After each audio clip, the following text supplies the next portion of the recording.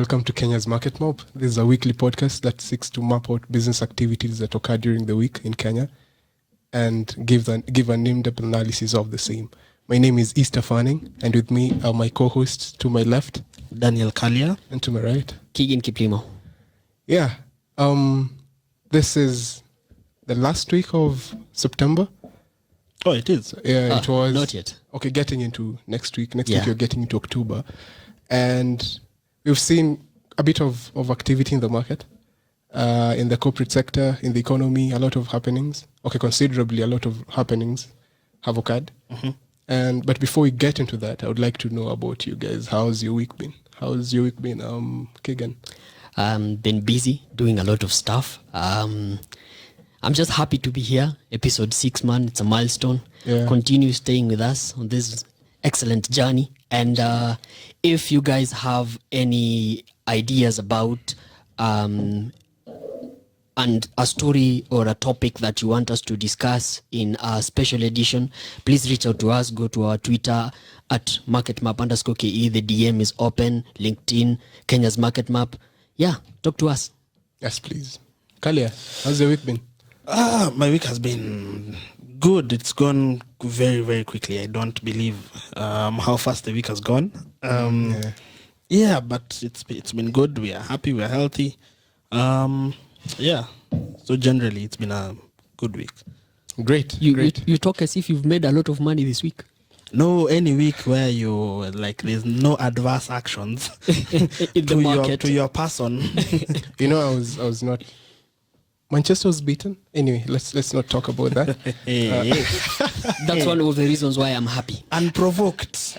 Anyway, that is on a light note. Manchester United fans, please don't come at me. We are coming at you. Please. So guys, Yeah. Let's talk about Centum. Yeah, let's start with Centum. They held their AGM this week, actually. And something that came out of that, and it's a discussion which started before about the real estate market. I'll love to tell you what I think about my position, what my position is about that after having that conversation and after Centum releasing their results. Yeah. Centum is seeking to reduce its stake in Centum Real Estate, which is its subsidiary that deals in real estate. Yeah. Should I call it activity? Yeah, the real estate sector basically. They're doing that because the value of the real estate has appreciated so much so that the real estate component of the portfolio has grown beyond what the stipulated limit was. So they're seeking to reduce that by selling off a stake in Centum Real Estate. Yeah. What do you guys think? Because I think if the issue was I'm not saying that I'm doubting what Moria says. Yeah. But if I were in Moria's shoes, I don't know. Of course, there are a lot that I don't know. There are a lot of ongoings in the market that I don't know. That, of course, Nani knows, whose name Moria knows. But if I was there, I would like to imagine that if you want to ensure the allocation of your investments as an investment company in different sectors is equal or fair or just in line with what you stipulated in your policies, then you'd like to improve other sectors rather than reduce a real estate sector, which is actually performing quite very well. I'll tell you about that later. But now, tell me what do you think? First of all, I'm sure some of our viewers are wondering who is Moria. So Moria is James Moria. Sorry about that. He is the CEO of Centum Group. Yeah.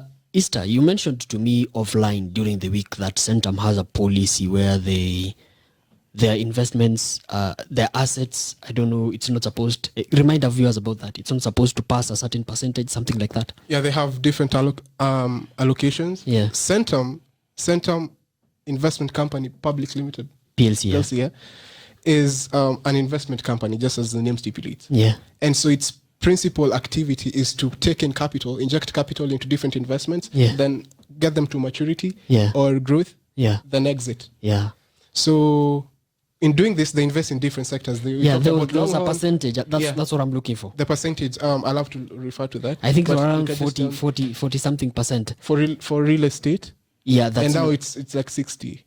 It got to 60. It's supposed to be 40 point something. Yeah. I'm about to go back to that text, because he said Let me refer Why? to Why? that. Okay, as you look for that, Yeah. as you look for that, because you said around 40-something% that their assets should not, asserted from a specific sector, should got not it. contribute I've to got 40 it. sub. Please read for us. It's 40% Yeah.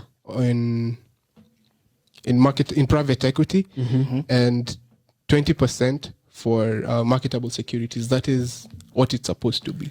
But So that's their asset composition. allocation, yeah. It should not pass 40% in an investment in private equity and 20% in market. Yeah, and then in real estate, In market the maximum- securities, yeah. In real estate, the maximum allocation they target Yeah. is 55%.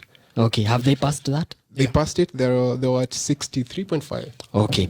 So for me, let me start from here. It's unsurprising that Centum is taking this move. We had discussed this in episode 4 or 5, I think. Yeah. If you didn't listen to that, go and check that out.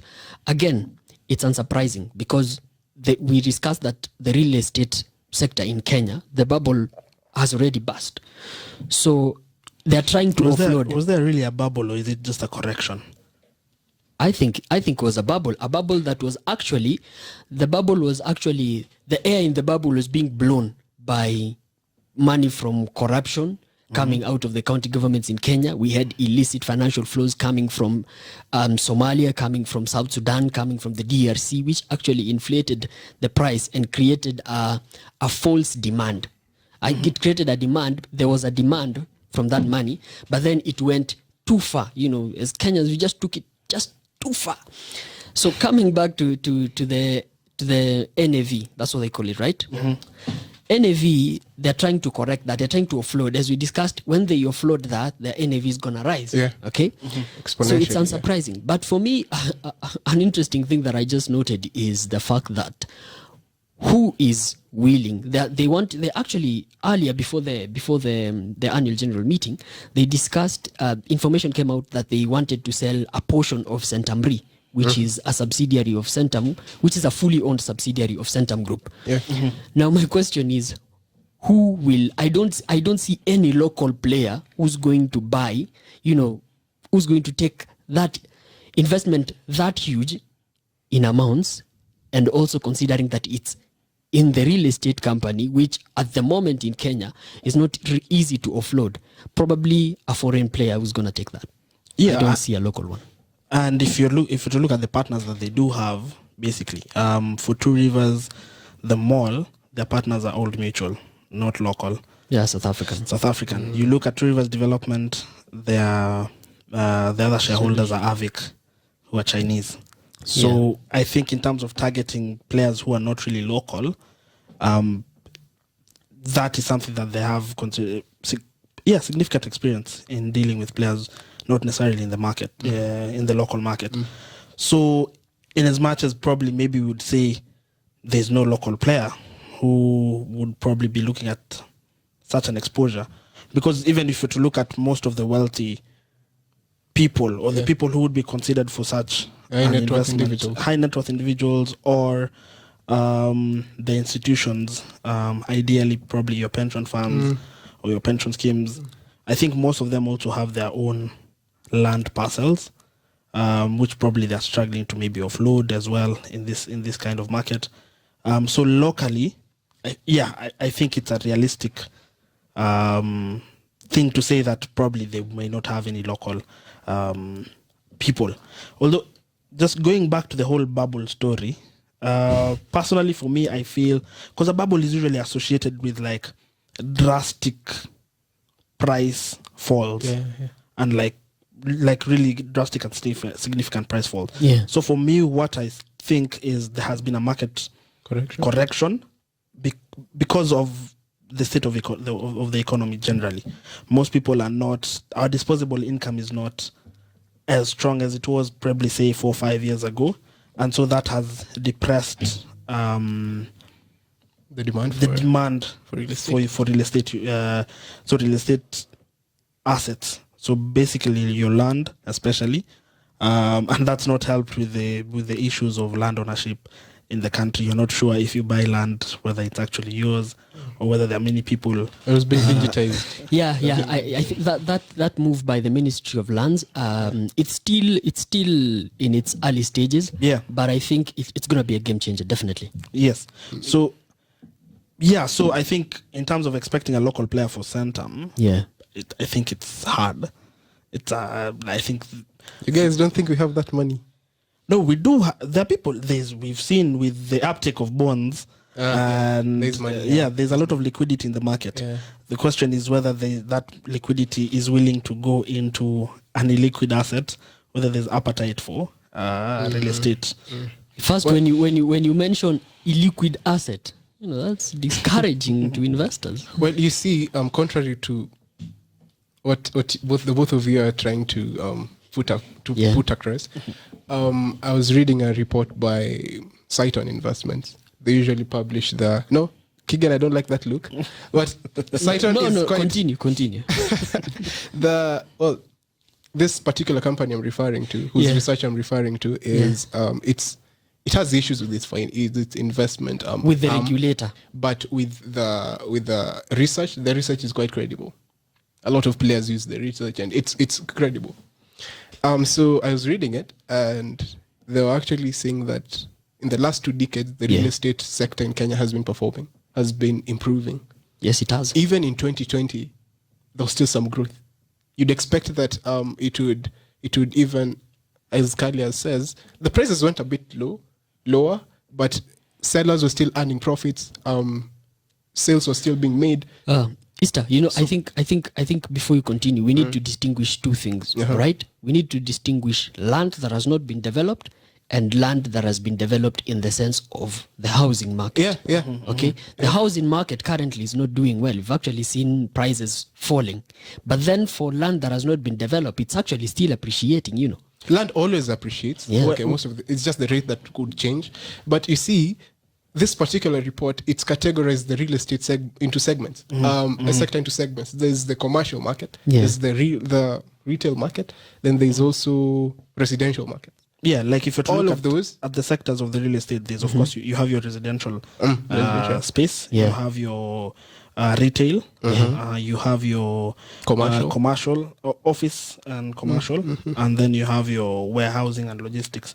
Those are pretty much the 4 main areas. Yeah. So of course the area that is usually of most interest to the ordinary mwananchi is the residential most times, because warehousing and logistics, that's usually mostly institutions and people like who are very wealthy. Your offices, same thing. So if you're to look even at the house prices of the residentials, let's say, it's specific segments that have not been doing very well. Yeah. So what is considered middle income to the high-end market. So these houses that are coming up in Kilimani, Kileleshwa, these leafy suburbs, those are the ones that are actually struggling to move. So you find houses that are above, houses that are, let's say, from 10 million and above. If you find people are really finding it hard to move. But the lower-end market of the affordable housing, what is considered affordable housing, which is not really... If you have to look in absolute terms, the number of people who are able to afford it still, they're very affordable few. Is relative. Yeah, affordable is relative, but you find that price point, houses of between, let's say, 3.5 to, let's say, even 8 million for a 3-bedroom. Yeah. They tend to move quite well. You get good buyers for those. That's why you find people like places still. In Kinasio Kimau, Kamulu, like those places, the units still move. So in that case, the correction has happened mostly in this middle income, so houses above 10 million and above. And I think, Dan, eventually, as a country, we need to have a conversation about housing and how housing, actually affordable housing and housing in general, is actually very dependent on financial inclusion. Because, for example, access to mortgage, people don't have the capacity to go and buy a house and pay the full price. People take mortgages, but then you can only access mortgage if you are within the financial system All right. That means probably you have a salary, you have a bank account, you have a relationship with the bank and the likes, of which many people don't have. For me, I'm very insistent on the fact that until we really, M-Pesa has really helped with financial inclusion, but credit services on that end is not much to the extent that it can grant you a mortgage for a house. You cannot use Fuliza to buy a house.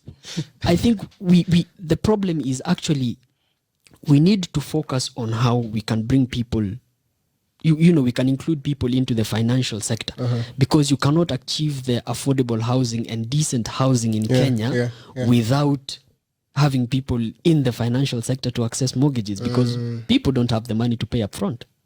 Yeah. Well, about the whole thing, Kalia, you mentioned about the performance of the real estate sector in terms of the high-end market, the middle income, and then for the low affordable, what they call affordable housing. Yeah. Most real estate developers I've had talk or I've had a conversation with, they always see the same thing. There's a huge demand in the low income, affordable houses. Yeah. And then in the topmost, the most expensive houses. Yeah. There's a lot of market there. In Hapa Katikati, there's not much.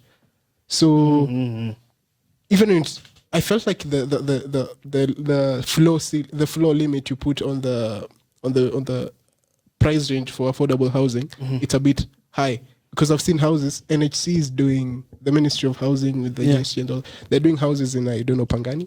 Yeah. Could some go for as low as $1 million, Bob? But then for them, they didn't buy land. No, but Or if actually, they bought you have land, to factor in it's the subsidized by the government. True. You cannot compare it with a private entity. yeah, but also if you look at that particular project, they have it in they have two segments, if I can call it. So they have one segment that is subsidized, that are going for that Hello? 1 million, up to 3 million thereabout, that is considered to be subsidized. But then there's another, if you still go to the same project and us, there are still units that are going for 7 million, 8 million. Now this is what now kind of offsets the really affordable. So these are the loss leaders, sort of. These affordable houses. Yeah, I don't know whether to call it loss leaders or market You see the capturing. two segments you've mentioned? Easter is going for that 7 million. Me, I'm still going for the other one. Okay. But